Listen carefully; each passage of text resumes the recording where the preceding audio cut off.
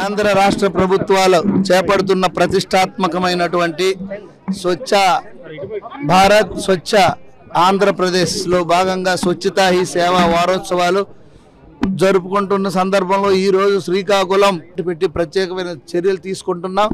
అలాగే నది ఒడ్డున ఒక సెపరేట్ ఎర్తన్ ట్రాక్ వేసి దానికి సైకిల్ ట్రాక్ కానీ వాకింగ్ ట్రాక్ అలాగే లైట్ మోటార్ వెహికల్ వెళ్ళే విధంగా ఒక రోడ్డు కూడా ఫార్మేషన్ చేయడానికి మేము ప్రతిపాదనలు సిద్ధం చేస్తున్నాం.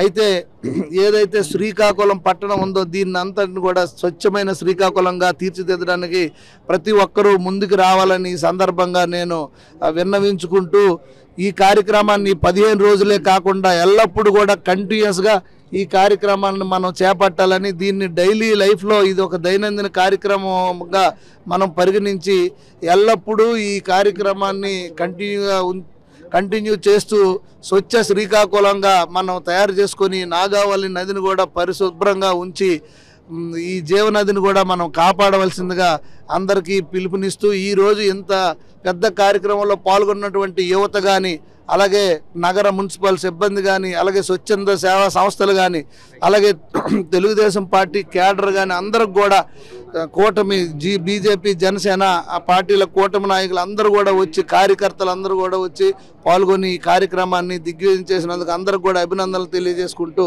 సెలవు తీసుకుంటాం. ఈ ప్రోగ్రాంలో మొత్తం శ్రీకాకుళం సిటీ నుంచి ఎన్జిఓస్, స్టూడెంట్స్, ఇది కాకుండా పబ్లిక్ చాలామంది ఇక్కడికి రావడం జరిగింది. చాలా సంతోషం.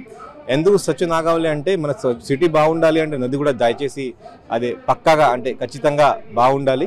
ఈరోజు క్లీనింగ్ స్టార్ట్ చేస్తే మనకి ప్రతిరోజు మనం వాడే ఐటమ్స్ ఇక్కడ దొరికింది. మనకి ఈ శానిటరీ నాప్కిన్స్, ఇది కాకుండా ఈ షాంపూ, షాషే, ఇది కాకుండా అన్ని ప్లాస్టిక్ ఐటమ్ దీంట్లో దొరుకుతున్నాయి.